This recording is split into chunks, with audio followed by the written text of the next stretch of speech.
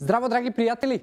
Добре дојдовте во денешнава епизода. Моето име е Јосиф Дамјанов и денеска ќе одговарам на две прашања од две различни личности и затоа што ќе им дадеме прво предност на девојките, па потоа на машките, ќе одиме прво со прашањето на Лена, и двете прашања се горе-доле поврзани со вежбање и со физичка активност, затоа ајде да го погледнеме првото, па ќе дадам одговори, ќе го погледнеме и второто и ќе дадам и тогаш мое мислење.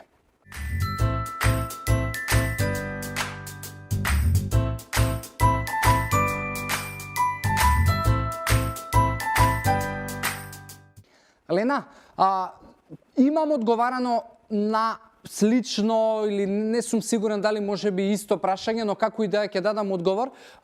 За вегетаријанците, она што е најголемиот проблем кај луѓето и таа блокада во глава која што имаат, дека најверојатно без месо сметаат многу луѓе дека не можеш да изградиш мускулна маса или да правиш некаква регенерација на мускулите, но тоа е многу погрешно. Ја ти гарантирам дури да си веган, ти ќе можеш да го правиш тоа, па да не зборуваме доколку се вегетаријанец и ги вклучуваш јајцата, млечните продукти и така натаму. Што се случува во принцип со ова? Не значи дека ако ти не јадеш месо дека нема да можеш да го снабдуваш своето тело со доволно аминокиселини. Работата е само да најдеш извори кои што од растително или животинско потекло, ако зборуваме за млечните производи, кои што ќе ти го задоволат твојот протеински внес во текот на денот. Така да слободно тоа што си вегетаријанец нека ти остане и не јади месо, не значи дека нема начини како на друг опции да го снабдиш своето тело. Едноставно додатоци во исхрана ако користиш е супер, особено после вежбање, значи имаш плејада на шејкови и протеини кои што може да ти понудат внес на протеини и од растително потекло исклучиво, па дури и од животинско потекло, односно за whey или млечен протеин, кој што повеќето од луѓето кои што се во вежбачкиот свет веќе ги користат. Од други додатоци во исхрана може би е добро да користиш омега-3. Во секој случај омега-3 јас би ја препорачал без разлика дали е некој веган, вегетаријанец или ни двете.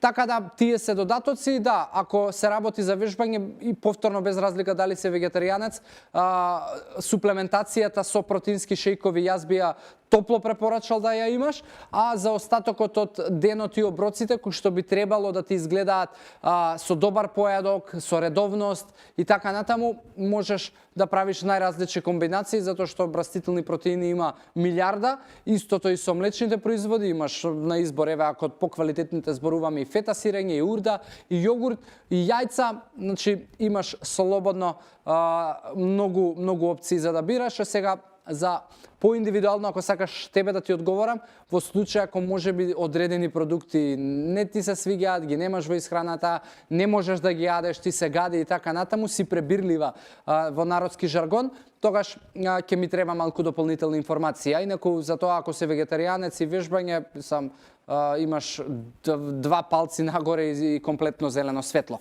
Така да не знам колку ти одговорив, али во секој случај мислам дека ти дадов добри насоки. Ќе го погледнеме сега и второто прашање, па ќе се вратам назад да дадам мислење.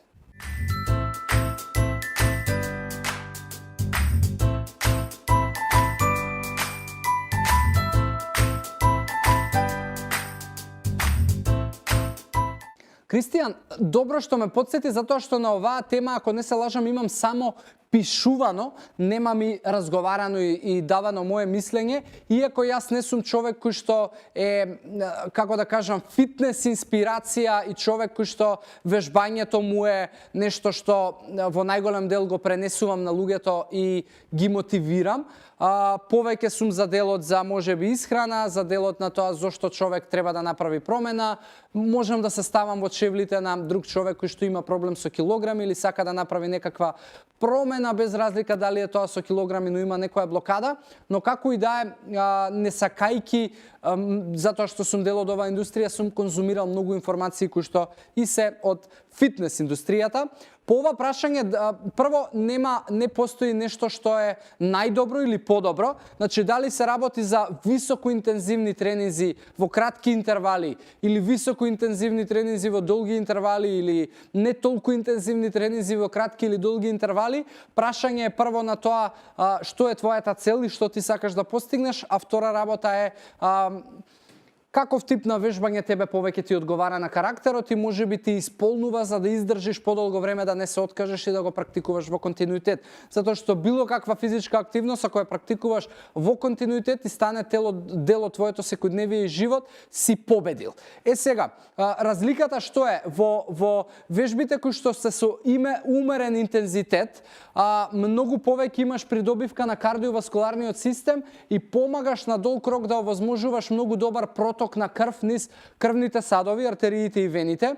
Од друга страна, доколку па и практикуваш и имаш поинтензивни тренинзи, односно за кратки интервали, се прават многу повторувања од различни типови на вежби, дали со тежини, дали кардио и така натаму, во тој случај имаш многу поголем пулс кој што ти придонесува топење на масти.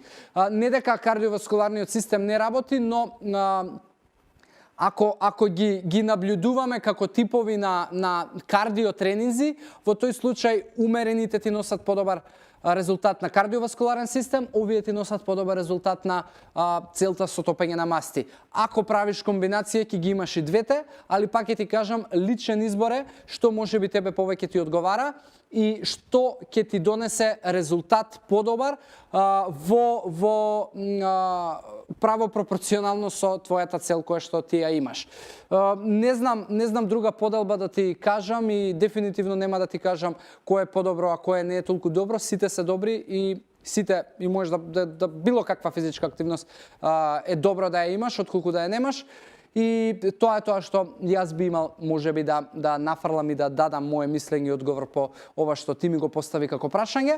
Се надам дека ти дадов некоја добра насока и за било кое друго прашање или тема која што можам да дадам некаков придонес и вредност, слободно пиши ми назад пак во приватна порака и секого од вас се разбира останува охрабрувањето да го правите истото.